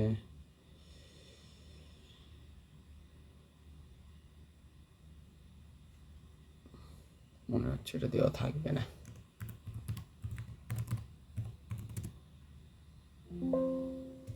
ঠিক আছে, নেই এটা। চলো second question. Second question, next question আমি নাম্বার একই জিনিস, নাম্বার আমি দিতে পারছি না, আমার মনে নেই, নাম্বারিংগুলো তোমরা দিও, ঠিক আছে? আচ্ছা, এইগুলো কিন্তু সত্যি কথা বলতে খুব বাজে প্রশ্ন। বাজে প্রশ্ন বলতে হচ্ছে এটা ডেসক্রিপটিভ বড় লেখা, কখনোই তোমরা ফুল মার্কস এখান থেকে পাবে না। কারণ একটা হিউজ মনে করো বড় অ্যান্সার যখন থিওরিটিক্যাল হয়, তখন স্বভাবতই হচ্ছে পুরো লেখাটা আমাদের পক্ষে সম্ভব হয় না। তোমরাও দেখবে পুরো লেখাটা তখন নামাতে পারবে না, ওই জন্য এখান থেকে ফুল মার্কস আসবে না, অথচ কিন্তু টাইম কনজিউমিং। এই ধরনের কোশ্চেন কিন্তু তখনই অ্যাটেম্প করবে যখন আর তোমার কাছে কোনো অপশান নেই। যদি অপশান থাকে অন্য কোনো কোশ্চেন অ্যাটেম্প করার চেষ্টা করবে। কোশ্চেনটা দেখলেই বুঝতে পারবে এমনিও। লিখবে give a comparative account of oxides of nitrogen, phosphorus, arsenic, antimony and bismuth and oxysalts of antimony and bismuth. এই টোটালটা একবার বুঝতে পারছো যে কত বড় কোশ্চেন, মানে কত বড় অ্যান্সারটা হবে। নাইট্রোজেন, ফসফরাস, আর্সেনিক, অ্যান্টিমনি, বিসমাথের শুধু অক্সাইড চেয়েছে তা নয়, তার সাথে আবার কী চেয়েছে বলো তো, অক্সি সল্টও চেয়েছে।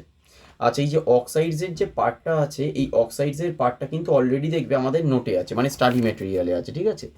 আচ্ছা, এইটা বলেও দিচ্ছি অ্যান্সারের এতে, সেটা হচ্ছে অক্সাইডসটা এটা ফলো করবে আমাদের study note.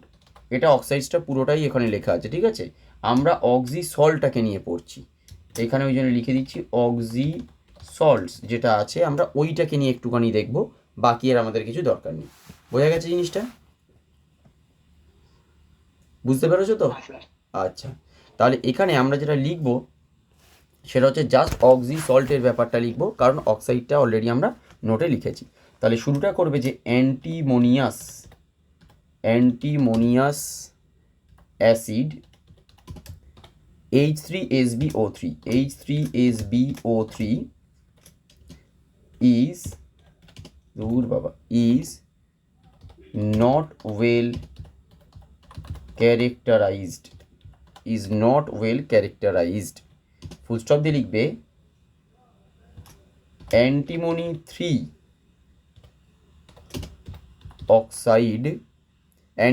3 oxide dissolves in alkali to form antimonites like NaSbO2, full stop. Polyantimonites are also known. Example, Na2SB4O7. বুঝতে পারছো তো? এই ধরনের অ্যান্সার কিন্তু কখনোই আমি বলছি নর্মালি ট্রাই করবে না, তখনই লিখতে যাবে যখন আর তোমার কাছে কোনো অপশান নেই। কারণ মনে করো প্রথমত হচ্ছে অক্সাইডের যে অ্যান্সারটা সেটাই যথেষ্ট বড়, কারণ nitrogen, phosphorus, arsenic, antimony, bismuth সবার অক্সাইড নিয়ে তোমাকে ডেসক্রাইব করতে হচ্ছে, এটা যথেষ্ট বড় হবে। এইটা করার পরে তারপরে দেখো অক্সিসল শুরু হচ্ছে, তাই কখনোই এটা ট্রাই করার চেষ্টা করবে না। সবসময়ের জন্য চেষ্টা কি করবে, এটাকে অ্যাভয়েড করার, তখন করবে আর তোমার কাছে কোনো অপশান নেই তখন। লিখবে সলিউশনস কন্টেনিং থার্ড ব্র্যাকেটের মধ্যে হচ্ছে SbOH whole 6 all over minus. বোঝা যাচ্ছে তো জিনিসটা? SbO6 অল ওভার মাইনাস, দেখো বুঝতে পেরেছো তো? এটা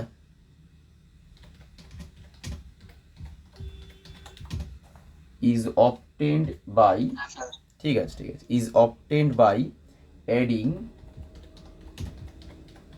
dilute alkali to SbCl5.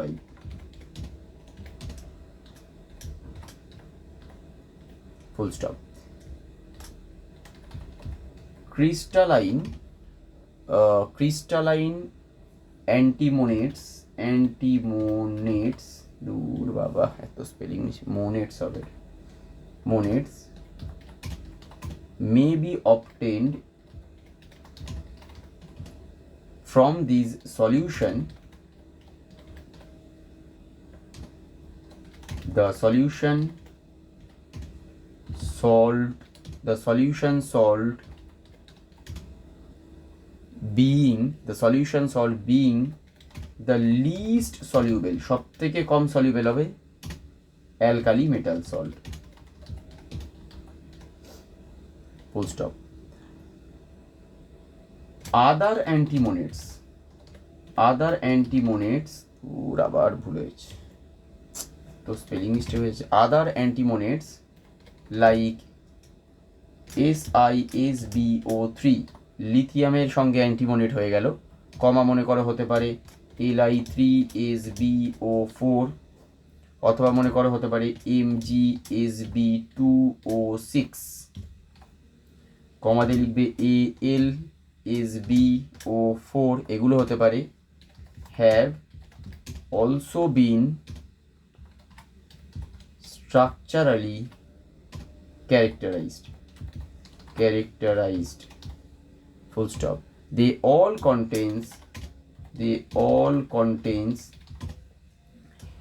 SbO6 octahedra, full stop. আচ্ছা, এখানে এটা লিখে দিচ্ছি, মনে করো একটা রিয়াকশন টাইপের, সেটা হবে আমাদের তাহলে মেটালের সাথে যদি আমাদের মনে করো এরম থাকে SbOH6, এখান থেকে কি তৈরি করবে MsbO3 প্লাস হবে 3H2O, প্লাস হচ্ছে 3H2O, যেখানে এই যে মেটালটা বা M যেটা লিখেছি এটা হয়ে যাবে তাহলে আমাদের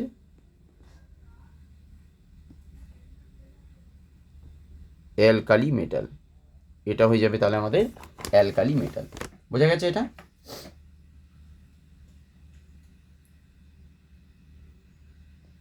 হয়েছে তো?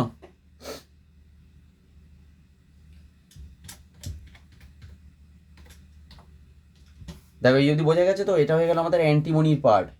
শুধু অ্যান্টিমনির দেখো অক্সিসল্ট হয়েছে, এখনও বিসমাথের বাকি। বোঝা যাচ্ছে এই ধরনের প্রশ্ন কেন আমি মানে অ্যাটেম্প করতে বারণ করছি। ইভেন এত বড় তুমি পুরোটা লিখতে পারবে না, তখন এত কষ্ট করবে, এত সময় দেবে, তাতেও তুমি ফুল মার্কস পাবে না। এই জন্য এই ধরনের কোশ্চেন অ্যাটেম্প করার মানে না করাটাই ভালো, বারবার আমি যেটা বলে দিচ্ছি।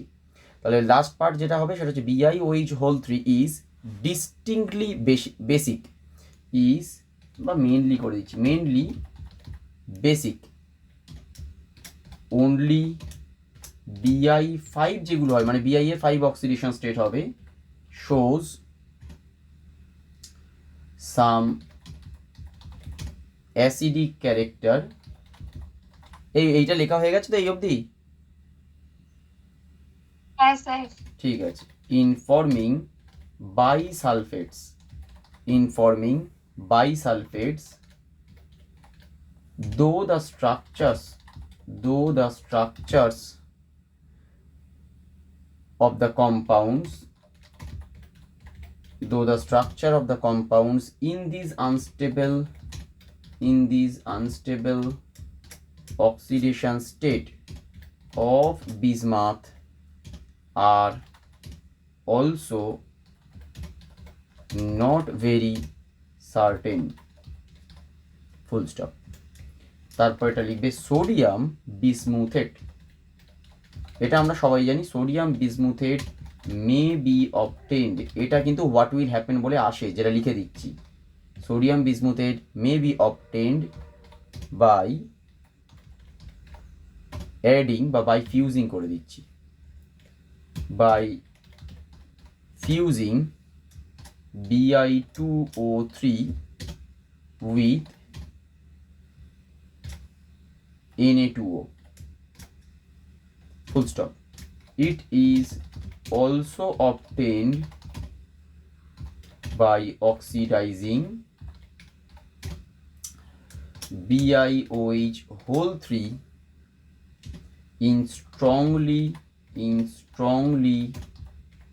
alkaline medium বা in strongly alkaline solution করে দিচ্ছি, alkaline solution with Cl or other strong oxidizing agents, with Cl or other strong oxidizing agents। তাহলে রিয়াকশানটা কী হবে এটা দেখবে আমার ওই এক্সট্রা যে নোটটা দিয়েছি ওতেও আছে। এই সোডিয়াম বিসমুথেটের প্রিপারেশন খুব ইম্পর্টেন্ট, প্রচুরবার পরীক্ষায় এসছে। আচ্ছা, রিয়াকশানটা তাহলে কী আসবে আমাদের, Bi2O3 মানে বিসমাথের অক্সাইড প্লাস আমরা লিখবো হচ্ছে 2NaOH প্লাস হয়ে যাবে 2NaOCl, এটা তৈরি হবে কি 2NaBiO3, এটা হচ্ছে হয়ে গেল আমাদের সোডিয়াম বিসমুথেট প্লাস হচ্ছে 2NaCl হবে প্লাস H2O, এটা আমাদের তৈরি হবে। বুঝতে পারছো তো এই অবধি? দেখো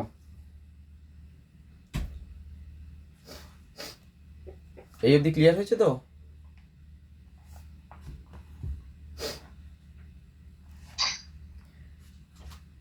আচ্ছা ঠিক আছে, একটুখানি 2 মিনিট একটুখানি দাঁড়াও, আমি আসছি, 2 মিনিট।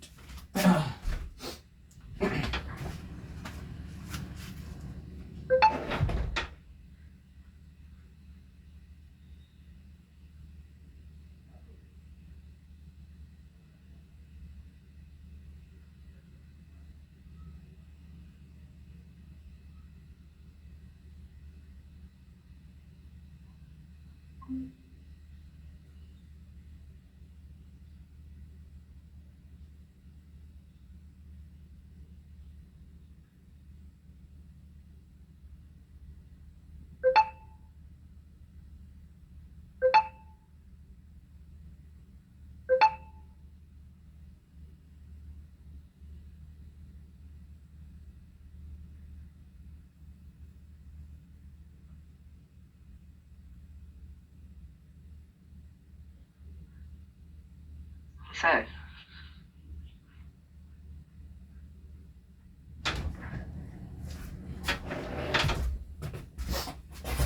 এই হয়ে গেছে এই অবধি অ্যান্সার?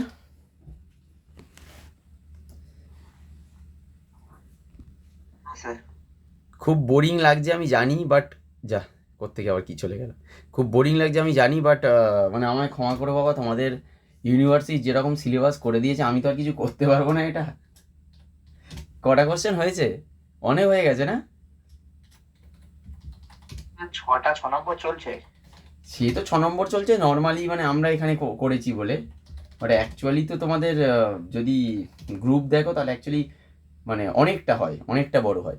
আচ্ছা এটা দেখো কম্পেয়ার এলিমেন্টাল হবে, এটা compare elemental states of nitrogen and phosphorus, এই কোশ্চেনটা আসে। এটা জন্য অ্যান্সারটা লিখে রাখছি, follow study note, follow study note. এটা অলরেডি পারবে তো বলো, এটা পারবে তো? সুদীপ্তা বলো কি হবে? ঠান্ডায় জড়ো সড়ো মেরে গেছে, একটু কথা বলো। নাইট্রোজেন অ্যান্ড ফসফরাসটা লেখাটাও ভুল হয়ে গেছে, নাইট্রোজেন অ্যান্ড ফসফরাস। সুদীপ্তা বলো কি হবে, elemental states of nitrogen and phosphorus কি হবে বলো? এই তো এক্ষুনি করিয়ে দিলাম, বলো।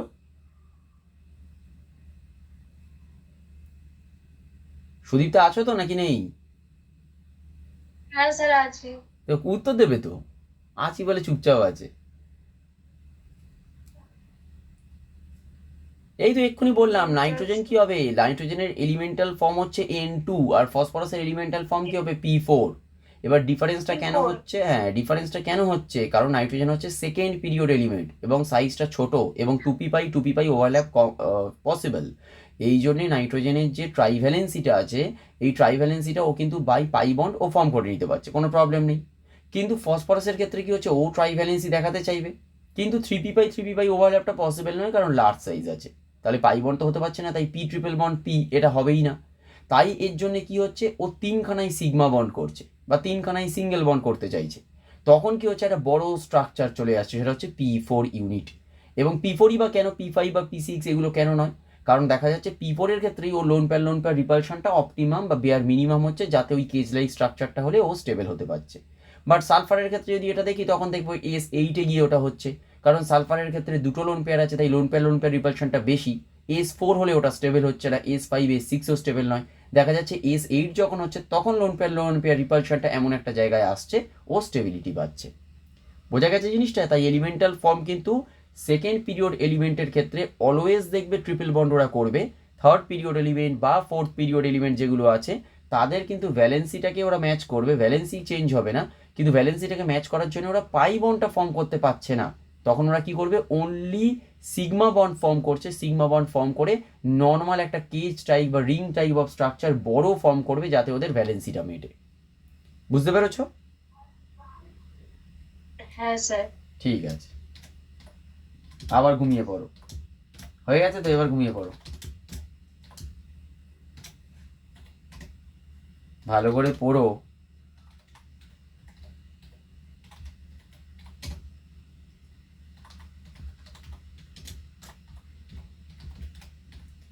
প্রিপারেশন কিরকম আছে? আমার কাছে যে পরীক্ষা দেবে প্রিপারেশন কিরকম আছে বলো?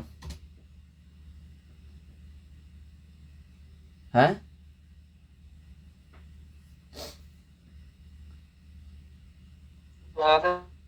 খুব একটা ভালো নেই। খুব একটা ভালো নেই? হ্যাঁ স্যার। কেন এইরকম কেন হয়ে যাচ্ছে তোমরা? এবার তো সে আমায় মানে বকাবকি করতে হবে, আমি তো কোনোদিন তোমায় বকাবকি করিনি, কিন্তু এরকম কেন হয়ে যাচ্ছে বলো তো? এস ব্লক এলিমেন্টস বহু আগে পড়ানো। মানে দেখো ওই রকম, ঠিক আছে। বুঝতে পারছি ওরকম চাপ তো থাকবে, এটা কিচ্ছু করার নেই, এটা আমিও চেঞ্জ করতে পারবো না, কারণ ইউনিভার্সিটি যা করে দিয়েছে তোমাদের চাপ থাকবে। কিন্তু একটা জিনিস দেখো, গ্রুপ 13 আর 14 আমাদের বহু আগে পড়া হয়ে গেছে, আমি নোটও কিন্তু গ্রুপ 13-14 বহু আগে দিয়েছি, অনেক আগে। এস ব্লক এলিমেন্ট তো ছেড়ে দাও, মানে কোন যুগে পড়ানো হয়ে গেছে। এফ ব্লক এলিমেন্টস আমি যা পড়িয়েছি ক্লাসেও যদি বুঝে থাকতে পারো তাতেও লিখতে পারবে, কারণ সব কোশ্চেনের অ্যান্সারই ওই ডিপ্লিসিটেড। আর এ ব্লকের মধ্যে প্রথম দিকে জেড এফেক্টিভ কম, পরের দিকে জেড এফেক্টিভ বেশি, প্রথম দিকে ওটা তোমার 3Dর মতো, পরের দিকে ল্যান্থানিডসের মতো, এই তো প্রত্যেকটাতে অ্যান্সার আসবে।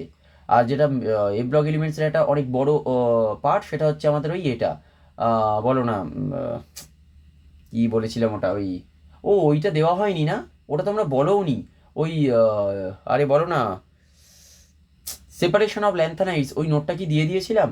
আমি বলেছিলাম দেবো, কিন্তু দেওয়া হয়েছিল ওটা? তো ওটা বলোও নি তোমরা, কি অবস্থা দেখেছো।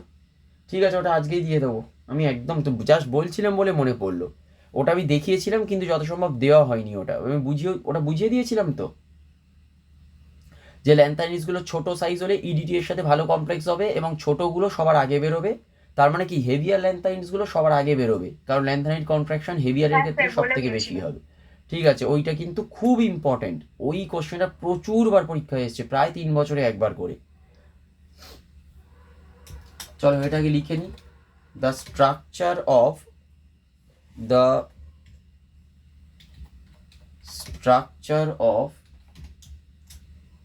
P4O6 and P4O10 have the same tetrahedral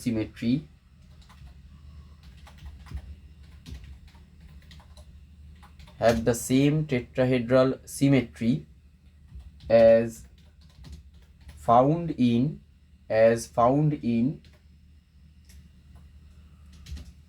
P4 unit in the elemental form of phosphorus. Full stop.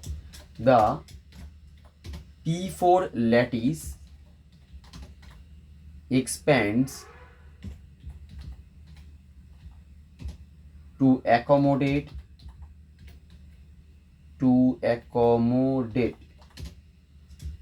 oxygen atoms in between each phosphorus bonds. Full stop দিয়ে লিখবে, thus they are related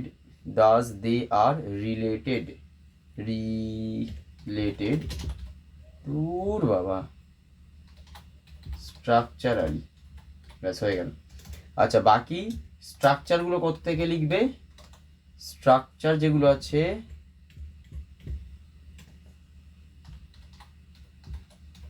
structure যে কটা আছে সেগুলো আমরা কোত্থেকে লিখবো? Class note, তাই তো? ক্লাস নোট আমি দেখিয়েছি তো সবগুলো স্ট্রাকচার, এই ক্লাস নোটে দেখানো আছে তো। হ্যাঁ স্যার। ক্লাস নোট থেকেই লিখবো এবং ক্লাস নোটে পরিষ্কার বলে দিয়েছি যে কি করব। আমরা নর্মাল P4 ইউনিটটা করলাম, এবার P4O6 কি করবো, প্রত্যেকটা ফসফরাসের মধ্যে অক্সিজেন টেনে দেবো। P4O10 আরও সোজা P4O6 এর মতোই হবে, শুধু প্রত্যেকটা ফসফরাসে একটা করে এক্সট্রা ডবল বন্ড অক্সিজেন করে দেবো, ব্যাস পুরোটাই হয়ে গেল। বোঝা গেছে?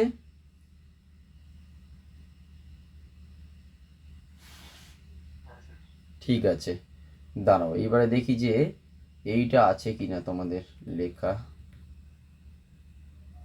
এটা যদি থাকে তাহলে আমি আর লেখাবো না, কিছু কিছু তোমাদের ওই নোটে আমি এনেছিলাম, ওইখান থেকে যদি থাকে আর লেখাবো না এটা, ওই জন্যে এক্সেস NaOH না নেই। চলো কোশ্চেন, পরের কোশ্চেনটা লিখবে এক্সপ্লেন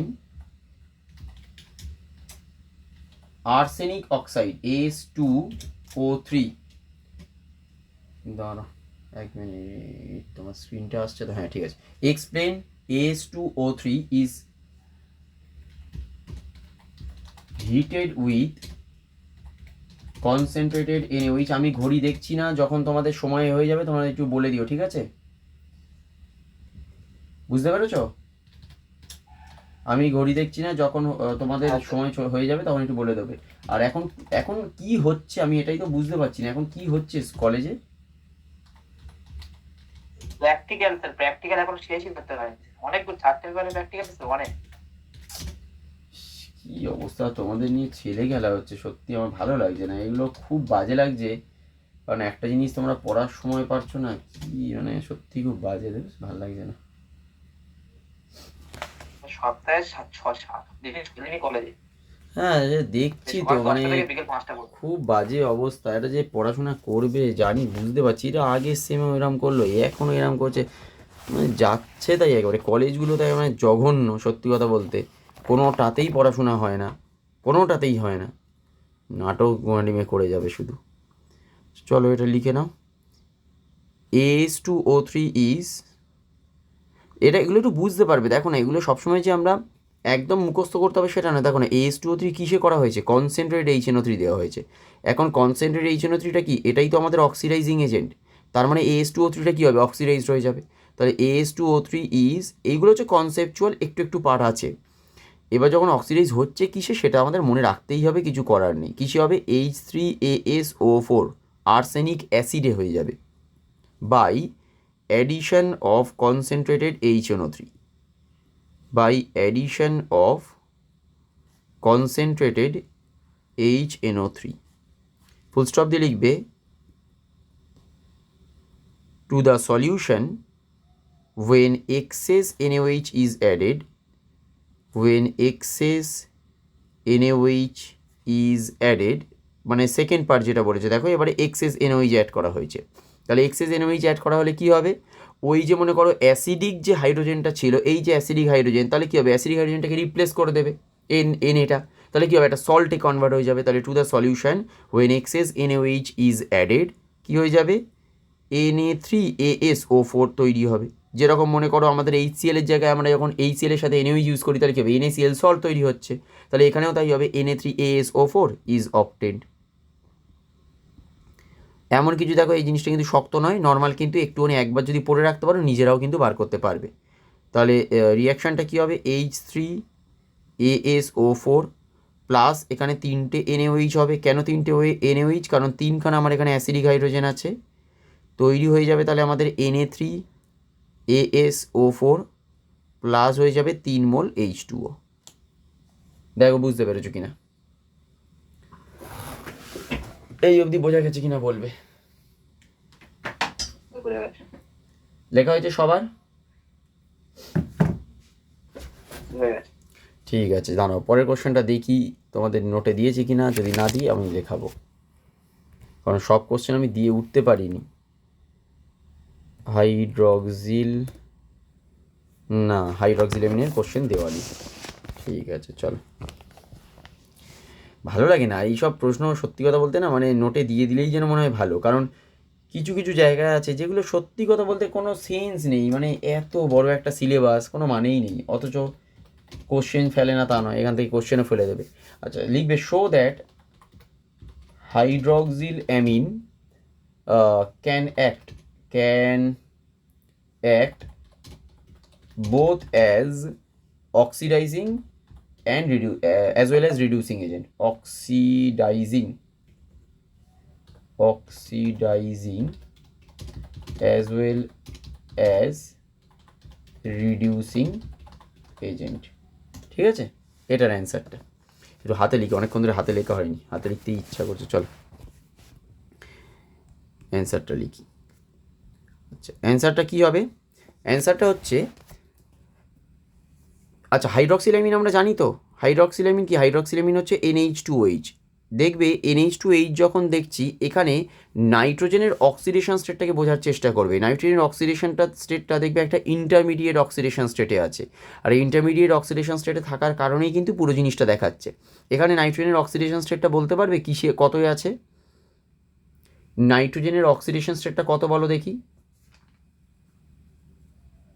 ক্যালকুলেট করে বলো দেখি নাইট্রোজেনের অক্সিডেশন স্টেটটা কত?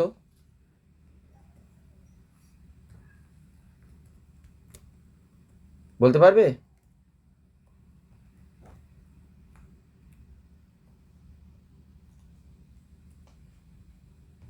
এইটা তো পারা উচিত গো।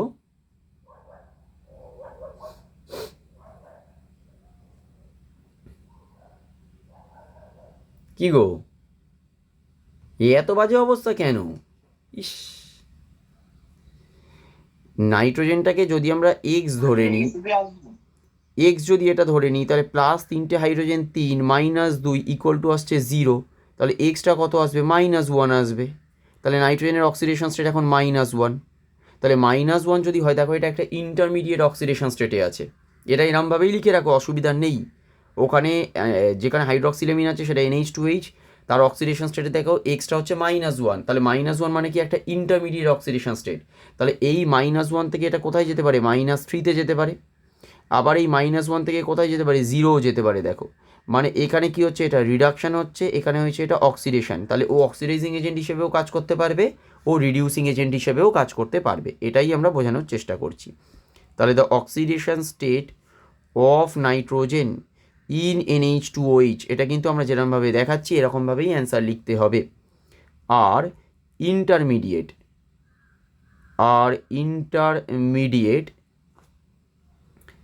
and it may act both as an oxidizing agent as well as a reducing agent।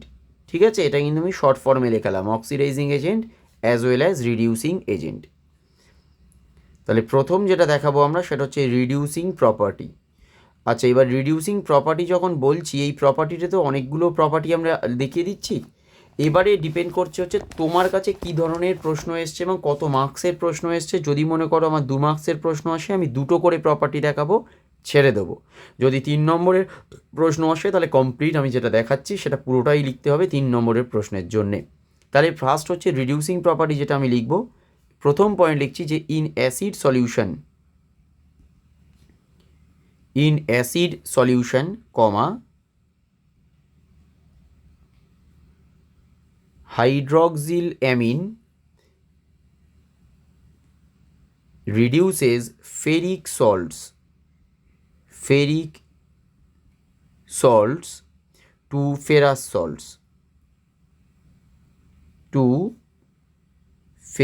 salts মানে ফেরিক থেকে কি হচ্ছে? ফেরাসে কনভার্ট করছে। কীরকমভাবে? আমার রিয়াকশান অবশ্যই দেখাতে হবে। আর ইনঅর্গানিক রিয়াকশান কিন্তু যদি ব্যালেন্স না করো কোনো মার্কস পাবে না। এটা অর্গানিক রিয়াকশান নয় যে আমরা ব্যালেন্স না করলে নাম্বার পাবো। যদি ইনঅর্গানিক রিয়াকশান আমরা ব্যালেন্স না করি তাহলে কোনো নাম্বার পাবো না। যে লেখে নিই আর তুমি মনে করো ব্যালেন্স না করে লিখোছো, একই, দুজনকেই 0 দেবে, কোনো মার্কস পাবে না। ঠিক আছে, তাই এখানে ইনঅর্গানিক রিয়াকশান অবশ্যই মনে রাখো, ব্যালেন্স করতে হবে। এই যে বলছিলাম, মনে করো যদি মনে করো 2 নম্বরের একটা প্রশ্ন পড়েছে, ব্যাস এই একটা দেখিয়ে দেবো, রিডিউসিং প্রপার্টি একটা দেখাবো আর অক্সিডাইজিং প্রপার্টি একটা দেখাবো, ছেড়ে দেবো। কিন্তু 3 নম্বরের প্রশ্ন যদি পড়ে তাহলে কিন্তু আমার ওভারঅল পুরোটা লিখতে হবে, যেটা আমি লিখে দিচ্ছি। 1 মিনিট।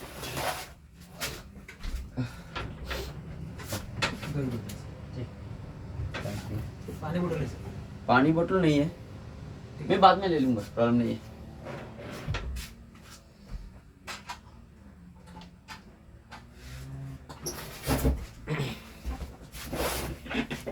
আচ্ছা, সেকেন্ড পয়েন্টে দেখো আমরা লিখব কি, in alkaline solution comma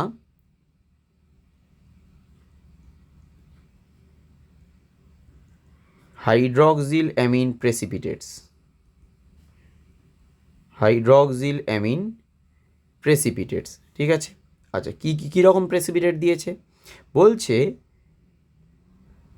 red cuprous oxide, red cuprous oxide from red cuprous oxide from Fehling's solution, এই প্রেসিপিটেশন হতে পারে। বি লিখছি আমরা metallic silver, metallic AG, metallic silver, আচ্ছা এটা সিলভার এজি লেখা উচিত না, মেটালিক সিলভার তো নাম, তাই মেটালিক সিলভারই লেখা উচিত এটা। Metallic silver from metallic silver from ammonical solution of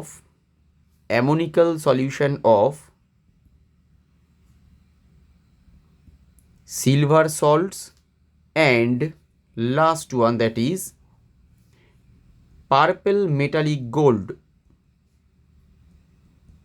purple metallic gold from auric chloride, from auric chloride।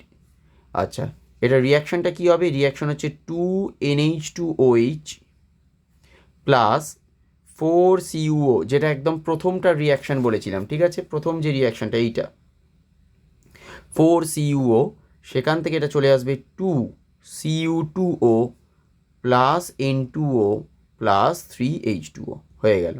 এটা হচ্ছে শুধুমাত্র দেখো আমরা রিডিউসিং প্রপার্টিটা লিখেছি, এখনও অক্সিডাইজিং প্রপার্টি লিখিনি, এইবারে আমরা লিখব অক্সিডাইজিং প্রপার্টি। আমি বলেওছি যদি 2 নম্বরের প্রশ্ন পড়ে জাস্ট দুটো লিখবো, মানে একটা অক্সিডাইজিং প্রপার্টি, একটা রিডিউসিং প্রপার্টি। এবার যদি 3 নম্বরের প্রশ্ন পড়ে যা এখানে আমরা লিখছি এই পুরোটাকেই আমায় তুলে ধরতে হবে, বোঝা গেছে? তাহলে অক্সিডাইজিং প্রপার্টির মধ্যে 1 নম্বর একই লিখবো, একটা অ্যাসিডিক মিডিয়ামের ক্ষেত্রে, আর একটাকে লিখতে হবে কিন্তু আমার বেসিক মিডিয়ামের ক্ষেত্রে। তাহলে প্রথম লিখবো আমরা অ্যাসিড মিডিয়ামে কি হবে, তাহলে লিখবো ইন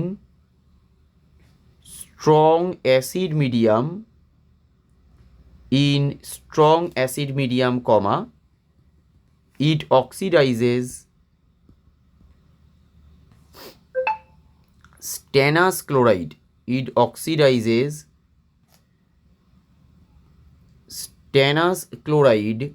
to stannic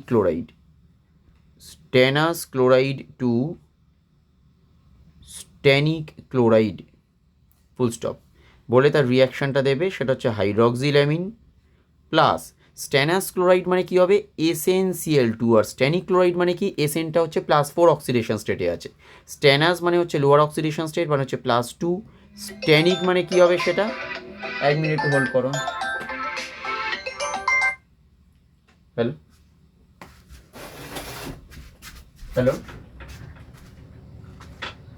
হ্যাঁ, গুড মর্নিং, বলো।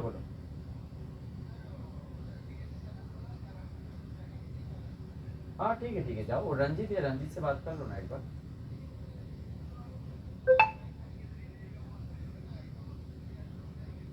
नहीं उधर 4 आदमी भेज दो, बोल रहा है ना ऑलरेडी, भेज दो 4 आदमी। नहीं हरी को भेजना ही है, हरी को उधर ही भेजो, हरी को बोल दो कि सर बोला है तुमको जाने के लिए, भेज दो 4 आदमी, कोई प्रॉब्लम नहीं है। हाँ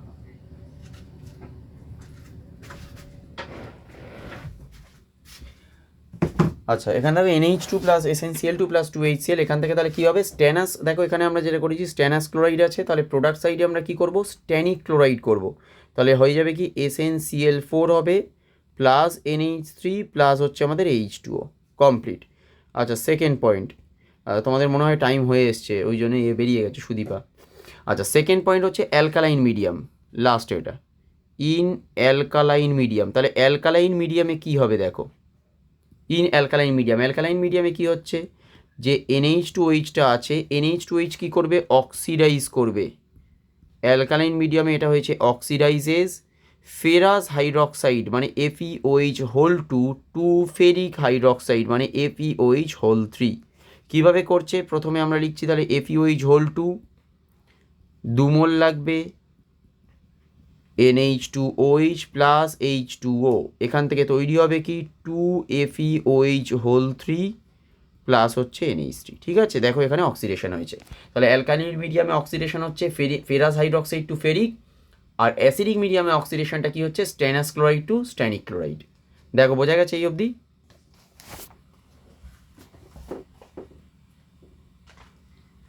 ক্লিয়ার হয়েছে?